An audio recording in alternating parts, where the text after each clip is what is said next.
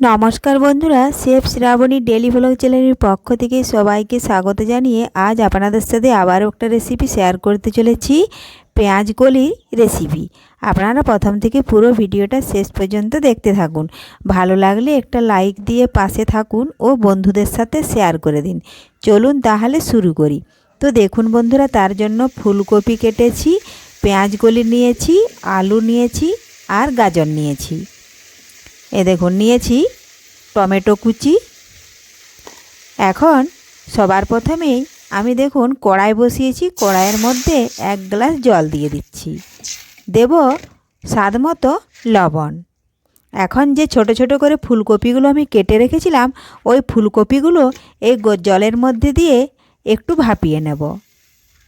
তাহলে ফুলকপির যে একটা গন্ধ থাকে, সেই গন্ধটা কিন্তু আর থাকবে না।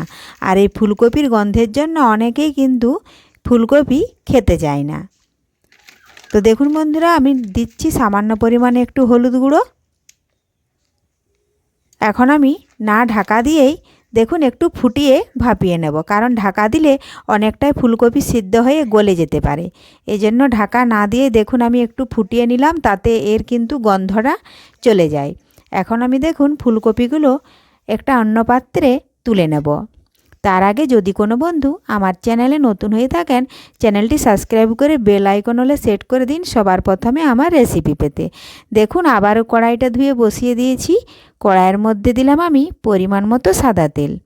তেল একটু ভালোভাবে গরম করে নেব। তেল ভালোভাবে গরম হয়ে গেলেই ফোড়নে দেব গোটা জিরে 5 ফোড়ন। একটু ভেজে নিয়ে দিয়ে দিলাম পেঁয়াজ কুচি। এখন পেঁয়াজ নাড়াচাড়া করে একটু লাল লাল করে ভেজে নেব।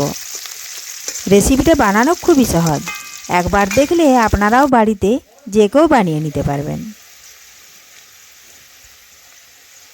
দেখুন বন্ধুরা, পেঁয়াজগুলো লাল লাল ভেজে নিয়েছি। এখন আগে থেকে কেটে রাখা পেঁয়াজ কলি, আলু, গাজর দিয়ে দিলাম। এখন স্বাদ মতো ওপর থেকে লবণ দিয়ে ভালোভাবে নাড়াচাড়া করে লবণটা মিশিয়ে নেব। এইভাবে তো লবণটা মেশানো হয়ে গেলেই এখন দেব আমি আদা, জিরে ও কাঁচা লঙ্কা বাটা, রসুন বাটা। দেব পরিমাণ মতো হলুদ গুঁড়ো। দেব একটু লাল লঙ্কার গুঁড়ো। ঝালটা আপনারা আপনাদের পছন্দ মতো দেবেন। যে যতটাই ঝাল খেতে পছন্দ করেন সে কিন্তু ততটাই ঝাল দেবেন। এখন একটু ভালোভাবে নাড়াচাড়া করে একটু সবজি দেখুন কষে নেব।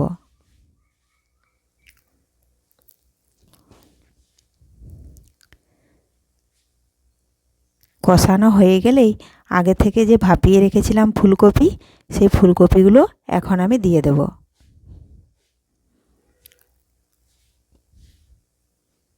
ফুলকপি দেওয়ার পরে আবারও বেশ কিছুক্ষণ নাড়াচাড়া করে ফুলকপিও এর সাথে কষে নেব।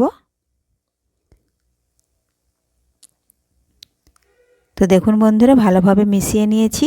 এখন আমি বেশ কিছুক্ষণের জন্য ঢাকা দিয়ে রেখে দেব, তাহলে সবজি অনেকটাই সেদ্ধ হয়ে যাবে। দেখুন বন্ধুরা, ফিরে এলাম কিছুক্ষণ পর, ঢাকা তুলে নিয়েছি। এ দেখুন সবজি ভালোভাবেই কষানো হয়ে গেছে আর কিছুটা সবজি সেদ্ধও হয়ে এসছে।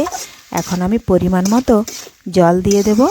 জল দিয়ে আবারও বেশ কিছুক্ষণ আমি ফুটিয়ে নেব, তাহলে যেটুকু সবজি সেদ্ধ হতে বাকি আছে সেটাও কিন্তু ভালোভাবে সেদ্ধ হয়ে যাবে। এই দেখুন শুকনো শুকনো করে কষে নিয়েছি।